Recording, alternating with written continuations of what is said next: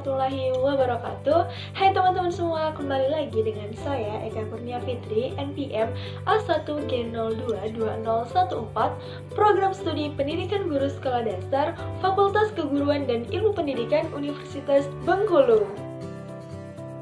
Baiklah teman-teman, saya akan menyampaikan materi bab 11 yaitu efektivitas dan mutu sekolah, mata kuliah pengelolaan pendidikan, dosen pengampu Bapak Dr. Muhammad Kristiawan, Magister Pendidikan. Adapun tujuan dari pembelajaran materi ini yaitu untuk mengetahui tentang A.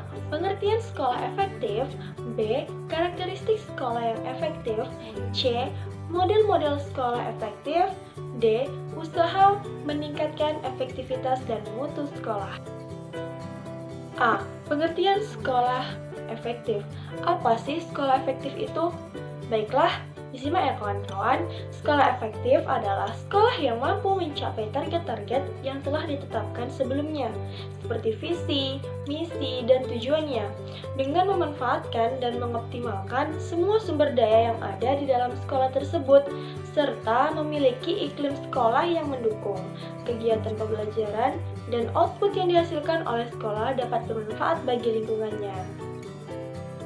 B. Karakteristik sekolah yang efektif. Kira-kira apa saja ya menurut teman-teman? Yuk kita bahas. Dalam konsep standar nasional kependidikan, maka sekolah efektif harus memenuhi standar-standar, yaitu yang pertama ada standar isi, di mana harus memiliki kerangka dasar dan struktur kurikulum, beban belajar, kurikulum tingkat satuan pendidikan, dan kalender pendidikan ataupun akademik. Yang kedua ada proses pembelajaran, yaitu pada proses pembelajaran yaitu pada satuan pendidikan diselenggarakan secara interaktif, inspiratif, menyenangkan, menantang, memotivasi peserta didik untuk selalu ikut berpartisipasi aktif serta memberikan ruang yang cukup seperti kreativitas dan kemandirian sesuai dengan bakat dan minat dan perkembangan fisik serta psikologis peserta didik. Yang ketiga ada kompetensi lulusan, di mana harus memiliki kecerdasan, pengetahuan, kepribadian, akhlak yang mulia, serta keterampilan untuk hidup mandiri. Yang keempat ada standar tenaga pendidik dan kependidikan. Yang kelima ada sarana dan prasarana, yaitu memiliki prasarana yang meliputi lahan, ruang kelas, ruang pimpinan, satuan pendidikan, ruang pendidik, ruang tata usaha, ruang perpustakaan, ruang laboratorium, dan lain sebagainya yang diperlukan untuk menunjang proses pembelajaran yang teratur dan berkelanjutan. Yang keenam ada pengelolaan, yaitu pada satuan pendidikan, pada jenjang pendidikan dasar dan menengah menerapkan manajemen berbasis sekolah yang ditujukan dengan kemandirian, kemitraan, partisipasi, keterbukaan, dan akuntabilitas. Yang ketujuh ada pembiayaan, di mana memiliki biaya investasi dan biaya personal. Yang kedelapan ada penilaian. Hasil belajar yang dilakukan secara berkesinambungan untuk memantau proses, kemajuan, dan perbaikan hasil dalam bentuk ulangan harian, ulangan tengah semester, dan ulangan akhir semester. C. Model-model sekolah efektif. Menurut teman-teman bagaimana ya? Yuk kita bahas. Yang pertama ada model tujuan. Model tujuan sering digunakan untuk meneliti dan menilai ketercapaian sebuah sekolah.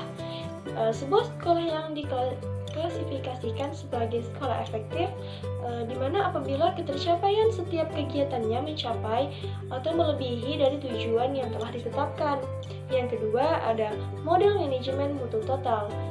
Model manajemen mutu total ini mengklasifikasikan sebuah sekolah efektif di mana jika sekolah tersebut berupaya melibatkan dan memberi kuasa kepada semua anggota dalam fungsi sekolah, mengendalikan perbaikan berterusan dalam aspek yang berbeda, memberi kepuasan keperluan, kehendak, dan jangkauan konstituensi internal maupun eksternal sekolah walaupun dalam lingkungan yang berubah.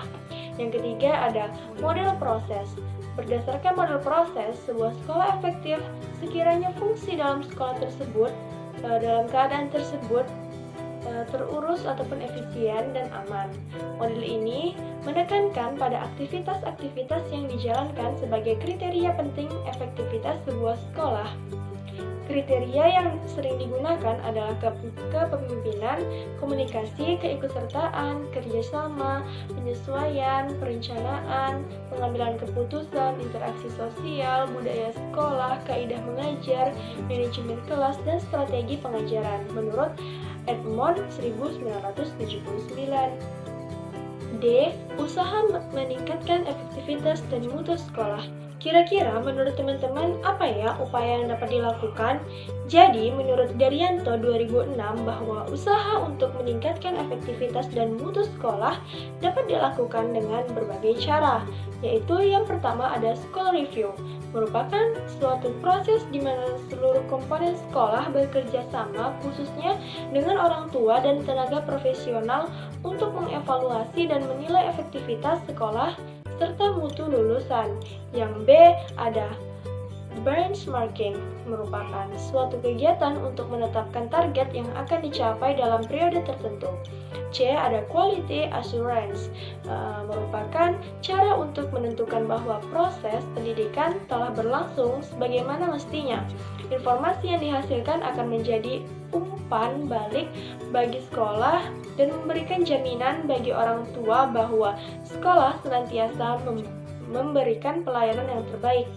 Yang D ada quality control, merupakan suatu sistem untuk mendeteksi terjadinya penyimpangan kualitas output yang tidak sesuai dengan standar.